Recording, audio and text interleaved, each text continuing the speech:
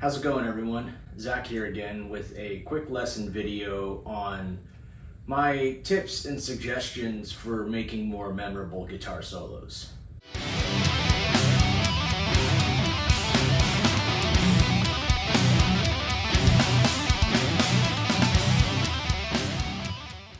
It's not enough just to be able to shred. You have to also be able to make memorable guitar solos. Think of your favorite guitar solos. Think of the ones that captivated you when you first listened to them from some of the greats like Van Halen, Jimi Hendrix, Dimebag Darrell, all of these phenomenal guitar players. Yes, they were technically proficient, but they had melodies and flows to them, ups and downs that just grabbed you by the soul and had you hooked in until the very last note. So I'm going to show you guys a very simple formula that I use when I'm writing my guitar solos to try and make them stand out, to try and have that perfect balance between melody and shred. It's the balance. That's what makes you a great lead guitar player, and that's what helps your solos stand out. I think the fast, shreddy parts are far more impactful when they're thrown in at the right time. I call it throwing fireballs. So the concept that I use for building these memorable guitar solos is basically a simple A-B pattern.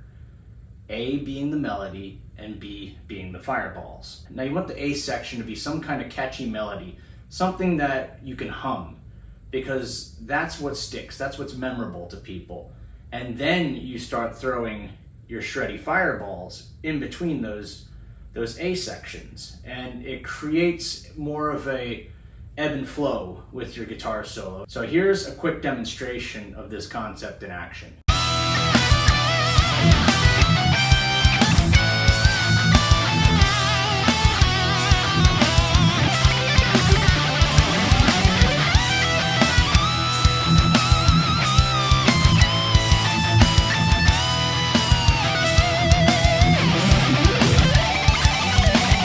Did you see the movement, the A and B pattern? The solo itself was focused on these humming melodies.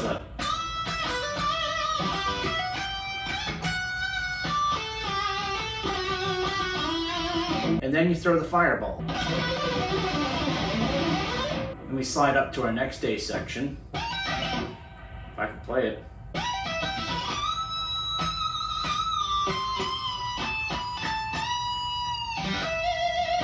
Then we end with another fireball.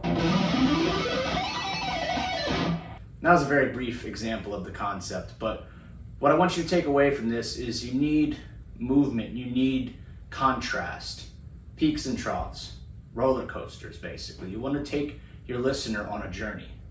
Anyway, I encourage you to experiment with this idea of adding movement and contrast to your guitar solos. You don't have to do it exactly as I did with the A-B pattern. You can mix it up a bit, but I want you to resist the urge to just shred the whole time. You want to take your listener on a journey, and that is how you make a memorable guitar solo. Anyway, if you have any questions, as always, feel free to ask, and I appreciate you taking the time to watch this video. I hope you learned something.